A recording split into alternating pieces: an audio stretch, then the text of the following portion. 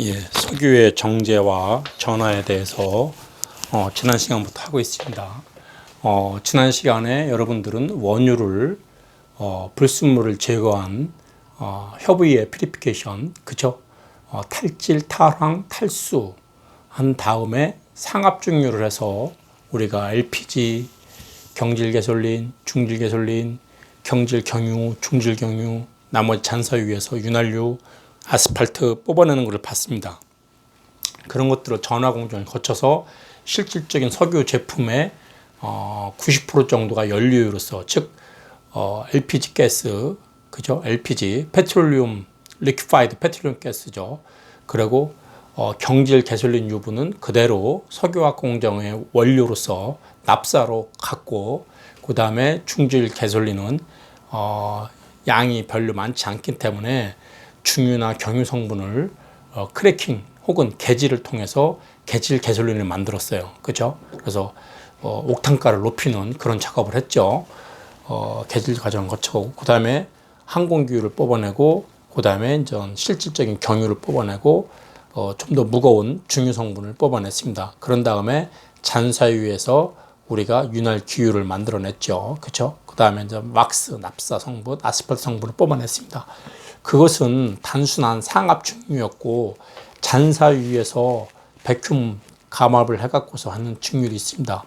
이것처럼 증유가 단순히 토핑, 거기서 말하는 상압증유만 있는 것이 아니기 때문에 증유의 종류를 몇 가지로 소개를 하겠습니다. 증유의 종류별로 디테일한 것은 여러분들이 아마도 단위조약 시간에 디스틸레이션, 증유를 배울 때 여러 가지 종류를 배웠을 걸로 알고 있습니다. 그러나 지금은 석유화학공업에서 그런 증유 조작이 많이 쓰이는 거기 때문에 간단하게나마 종류만이라도 소개를 하도록 하겠습니다. 먼저 석유의 증유라는 것은 잘 알다시피 디스틸레이션은 혼합물이나 혼합 용액을 그 성분의 B점, 보일링 포인트죠. 또는 휘발도 차이에 의해서 분리하는 과정, 차이를 이용해서 분리하는 조작, 증발과 응축을 통해서 분리하는 조작이다. 분리 조작 중에 하나다. 그 얘기죠. 아마 대표적인 피지컬 프로세스인 단위 조작의 대표적인 케이스입니다. 그렇죠? 상업적으로도 아주 경제성이 있는 공정이고요. 그렇다면 이런 것들의 첫 번째 종류가 상압 증유예요. 상압 일기압 상태죠. 그래서 단순하게 가열만 하는 겁니다. 그래서 여기 오지너리 디스틸레이션이라는 표현을 쓰고 터핑이란 말로 우리는 그냥 얘기를 하고 있습니다. 단순히 증유, 즉 끓여서 그냥 얻은 그런 공정이다. 그래서 스트레이트 런 프로세스라는 표현을 쓰기도 합니다. 가장 일반적인 거죠. 그리고 두 번째 증유에는 감압 증유가 있어요. 우리 지난번에 공정도에서 잔사유에서 윤활 기유 뽑아내고 아스팔트 뽑아내고 왁스 뽑아내고 하는 것들처럼 그렇게 하는 거죠. 자, 그런 경우에는 보시는 바와 같이 감압 증유는 토핑, 이 상압 증유를 얘기하는 거죠. 토핑의 상압 증유에서 남아있는 찌꺼기에서 B점이 높은 그런 유분들을 뽑아내는 그런 공정이다. 얻는 공정이다. 그래서 상압 증유 시 너무 온도를 막 가열하면은 열분해가 일어나거나 아니면은 품질의 저하가 생기거나 아니면 수율의 저하가 됩니다. 그래서 이런 것들을 방지하기 위해서 어쩔 수 없이 백큐ම් 펌프로 끌어당기는 감압 증유를 많이 시도하고 있습니다. 자, 세 번째 증유의 종류에는 스트리핑이라는 표현을 쓰는데, 스트리핑은 뭐예요? 자, 여기 다량의 용매에다가 일단은 녹여요. 녹인 다음에 접이점인 탄화수소를 녹인 다음에 혼합시킨 다음에 수증기를 불어 넣어 갖고서, 수증기가 불어 넣었으니까 수증기가 날아가면서 같이 이제 따라 나오게끔 만드는 거죠. 그런 것을 제거시켜서 만드는 프로세스예요. 그런 증유를 스트리핑이라고 하고, 자, 다음 다섯 번째가 뭐가 있어요? 공비 증유가 있습니다. 공비 증유. 이것도 여러분들이 공정상에서 많이 쓰는 공정인데, 공비라는 게 뭐예요? 글자 그대로 공통하는 공자에다 비는 끓을 비자입니다. 그래서 보일링 포인트가, 즉 끓는 점이 비슷한 탄화수소, 그죠? 보일링 포인트 차이가 별로 없기 때문에 실은 여러분들이 탄소가 한 개 차이라면은 구분하기가 힘들어요. 왜? 분자량이 10섭밖에 안 되기 때문에. 그러면 탄소 6개짜리나 7개짜리나 8개짜리나 비슷비슷하기 때문에 막 섞여 나와요. 아까도 이제 그런 경우를 보는데, 그렇다면은 분리하기가 어렵잖아요. 그렇죠? 그렇기 때문에 그런 때는 제3성분을 집어넣어서, 소위 공비자라고 얘기하는 제3성분을 집어넣어서 잘 분리되지 않는 두 성분이 분리가 잘 되게끔 만드는, 그것이 이제 공비증류. 그래서 이것이 어떤 성분을 넣는 건가 하는 것을 한번 예를 통해서 보겠습니다. 자, 보시는 것처럼 첫 번째가 파라핀, 이거 뭐예요? 파라핀과 나프텐. 파라핀은 뭐야?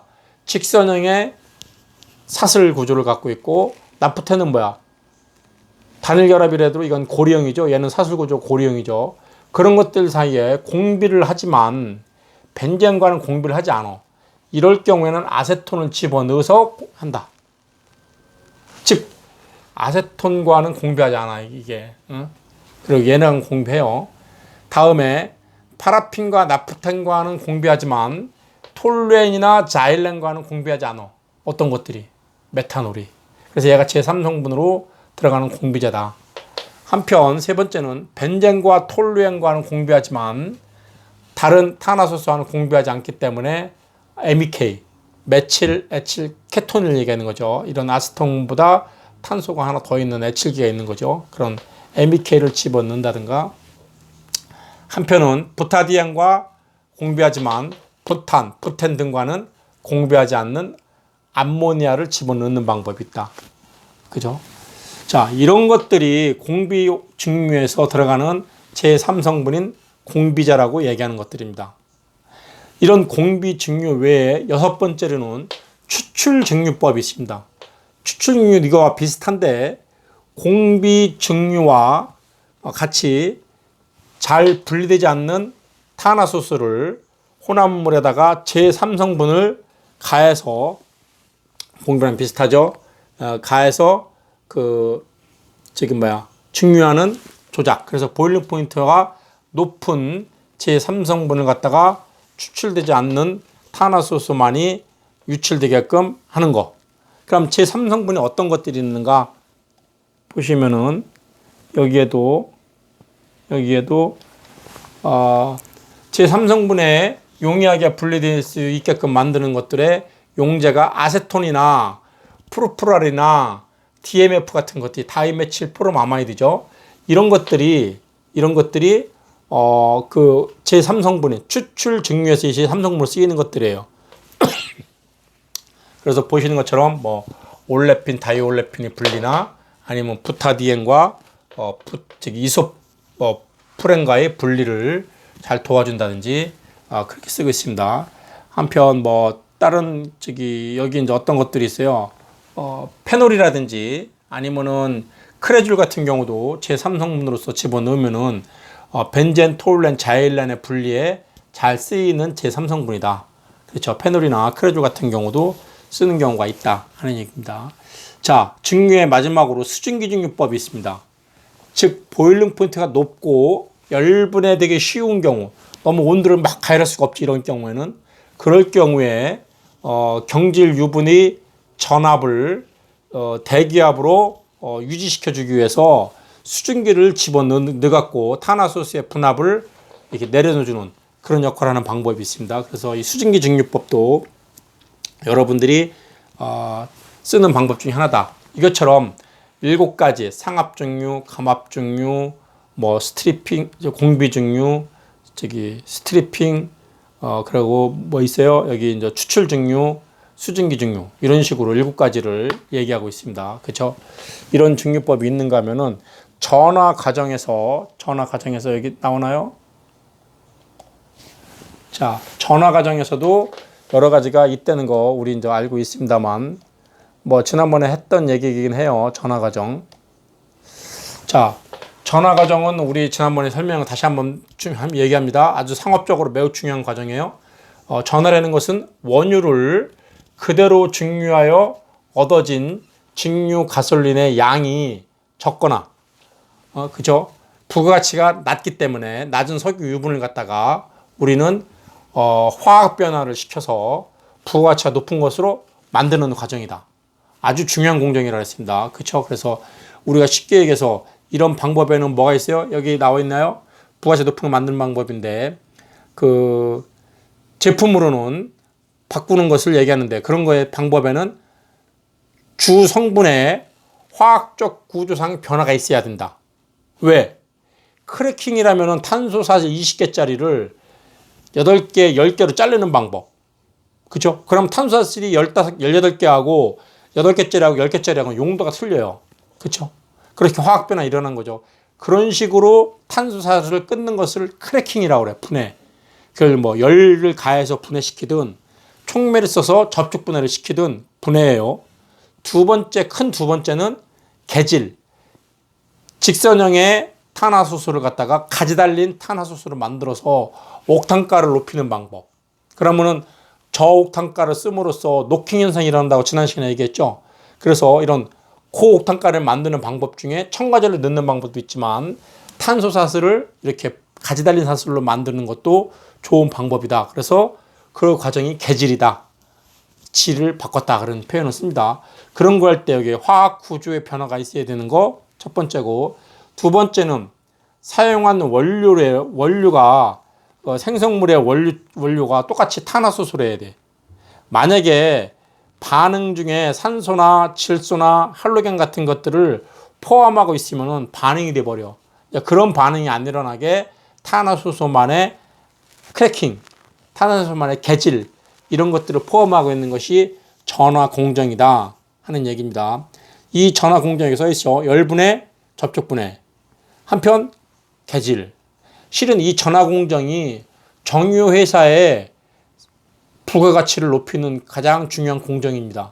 즉 회사의 경제성하고 큰 차이가 생기는 거죠. 그래서 여러분들이 아마 지난 시간에 여천산단에 1969년도부터 쳤나요? 70년도에 준공이 됐던 건데 30년, 40년, 50년이 다 돼가는 지금도 공사를 하는 이유는 뭐야? 단순하게 상압중류나 감압중류만 해서 만들어지는 것보다는 전화공정에 의해서 부가가치를 높이는 이런 시설들을 쭉 주변에 계속 청소를 해나가는 거예요. 그 여천공단 거기 다큐멘터리에서도 그 여천공단에 있는 GS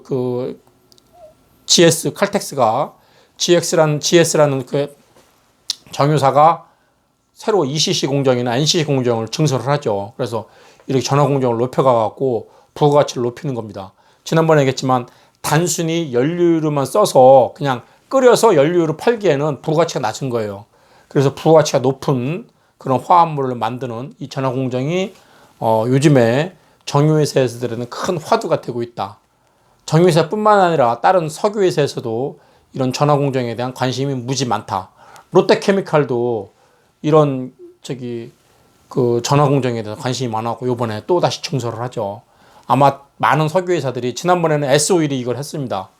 요번에는 이제 GS가 이걸 하는 거고 뭐 SK도 하고 이런 전화 공정을 증설을 많이 하고 있습니다. 그래서 회사의 그 수익을 높이기 위한 방법입니다. 자, 여러분들이 지난 시간에 이거에 대해서 설명을 했고, 자, 그러면은 지난번에 이거 했던 내용들이죠.